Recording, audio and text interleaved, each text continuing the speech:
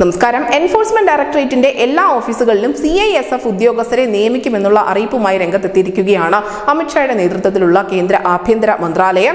Federal agency ഉദ്യോഗസ്ഥർക്കെതിരായ സമീപകാല ആക്രമണങ്ങളും ഭീഷണികളും ഒക്കെ കണക്കിലെടുത്തുകൊണ്ടാണ് CISFനെ ഇവിടെ വിന്യസിക്കാൻ പോകുന്നത്. ഇന്റലിജൻസ് ബ്യൂറോയുടെ റിപ്പോർട്ടിന്റെ അടിസ്ഥാനത്തിലാണ് ഈ നിർണായകമായ തീരുമാനമുണ്ടായിരിക്കുന്നത്.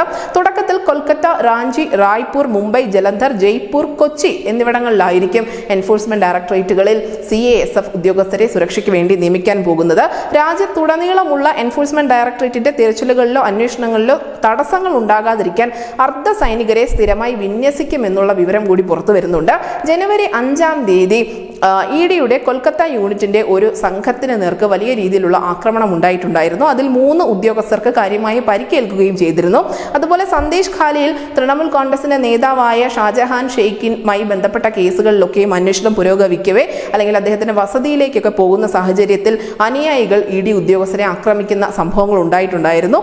ഇതിന് തൊട്ട് പിന്നാലെയാണ് ആഭ്യന്തര മന്ത്രാലയത്തിന്റെ ഭാഗത്ത് നിന്നും ഈ നിർണായകമായ ഇടപെടൽ ഉണ്ടായിരിക്കുന്നത്. News desk news India Malayalam.